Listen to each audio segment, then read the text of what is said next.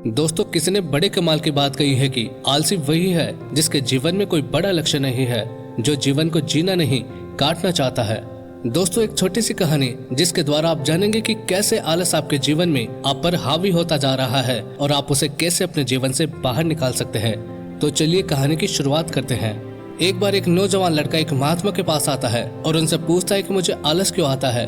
फिर वे महात्मा उस लड़के को उत्तर देते हुए कहते हैं कि आलस आने के दो कारण हैं। पहला कारण यह है कि जीवन में कोई बड़ा लक्ष्य ना होना, और दूसरा कारण यह है कि हमारा मन और शरीर कैसे काम करता है उसकी समझ ना होना। जिसके जीवन में कोई बड़ा लक्ष्य नहीं है उसके जीवन से तो ये जाल जा ही नहीं सकता, लेकिन जिसके जीवन में कोई लक्ष्य तो है लेकिन उसे अपने शरीर और मन की समझ नहीं है, वो भी आलस की चपेट में आ जाता है। हमारा मन बहुत ही बड़ा कलाकार है और ये हमें मूर्ख बनाने में ज्यादा समय नहीं लगाता है। जैसे अगर तुम ध्यान करना चाहते हो तो ये तुमसे कभी ध्यान करने के लिए मना नहीं करेगा। ये तुमसे कहेगा कि ध्यान करना ब्रह्म मुहूर्त में ज्यादा अच्छा होता है। अब ना तो तुम ब्रह्म मुहूर्त में उठ पाओगे और ना ही तुम ध्यान कर पाओगे। ये तुम्हें धन कमाने के लिए कभी मना नहीं करेगा, लेकिन ये तुमसे कहेगा कि धन ही सब कुछ थोड़ी ना होता है। और ये कभी भी तुम्हारा विरोध नहीं करता है, बल्कि ये तुम्हें मूर्ख बनाता है। और कमाल की बात यह है कि तुम मूर्ख बनते भी हो। फिर वो लड़का उस महात्मा से पूछता है कि तो फिर इसका समाधान क्या है। फिर वे महात्मा जी कहते हैं कि ये जो तुम्हारे साथ कर रहा है वही तुम इसके साथ करो। यानी कि तुम्हारा मन तुम्हें मूर्ख बना रहा है तो तुम भी उसे मूर्ख बनाओ। जब तुम्हारा मन तुम्हें कहेगा कि कुछ देर सो जाता हूँ उसके बाद काम करूंगा, तो तुम उसे कहो कि कुछ देर क्यों, ज्यादा देर सोऊंगा लेकिन उससे पहले काम पूरा करूंगा। तुम्हारा मन तुमसे कहेगा आज स्वादिष्ट भोजन खाऊंगा, तो तुम उससे कहो कि स्वादिष्ट क्यों, अति स्वादिष्ट खाऊंगा लेकिन उससे पहले 1 घंटा व्यायाम करूंगा।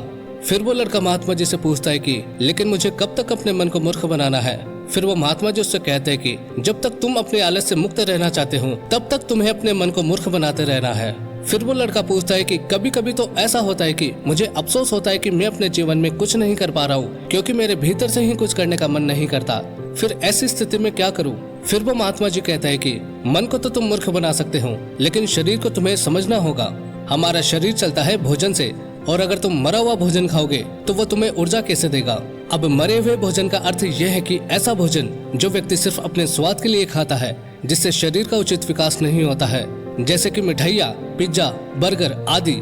इसीलिए भोजन ऐसा करो जो तुम्हारे भीतर ऊर्जा पैदा करे, न कि आलस, जैसे कि फल और घर का सादा भोजन आदि।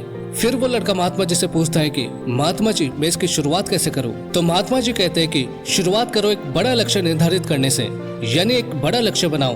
तुम्हारा लक्ष्य केवल कहने के लिए बड़ा नहीं होना चाहिए, बल्कि उस लक्ष्य के साथ तुम्हारी भावनाएं जुड़ी होनी चाहिए। अगर तुम्हारा लक्ष्य ऐसा है कि जिसके बारे में सोचकर ही तुम्हारी आंखों में आंसू आ जाते हैं, तो तुम्हें कुछ और करने की जरूरत नहीं है। फिर तुम्हारा लक्ष्य ही तुमसे सब कुछ करवा देगा। और अगर लक्ष्य इतना बड़ा नहीं है या फिर तुम्हारी भावनाओं के साथ जुड़ा हुआ नहीं है, तो फिर अपने लक्ष्य को खोजना ही अपना लक्ष्य बना लो। जिस प्रकार गौतम बुद्ध ने बनाया था, उन्हें पहले अपना लक्ष्य थोड़ी पता था कि वहाँ मिल जाएगी मंजिल। वो तो सिर्फ निकल पड़े थे, आशा थी मन में, लेकिन वो भी टूटने लगी थी। लेकिन अंदर से प्यास इतनी गहरी थी कि वो अपने लक्ष्य को पाकर ही रहे। जब तक तुम्हें यह पता नहीं चलता कि तुम्हारा लक्ष्य क्या है, तब तक तुम अपने मन को मूर्ख बनाते रहो, जैसे कि वो तुम्हें बना रहा था।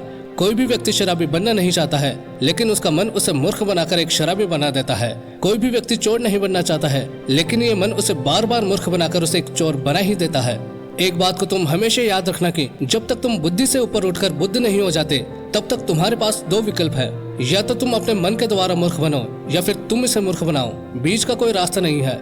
अगर तुमने अपने मन को मूर्ख बनाना बंद कर दिया तो ये मन तुम्हें मूर्ख बनाना शुरू कर देगा। फिर वो लड़का महात्मा जी से कहता है कि मुझे अपने मन को मूर्ख बनाना अभी और इसी वक्त शुरू कर देना चाहिए। तब महात्मा जी कहते हैं कि हाँ, सही कहा तुमने। सही समय की प्रतीक्षा करना भी इसी मन की एक चाल है। इसीलिए अभी और इसी वक्त से काम पर लग जाओ।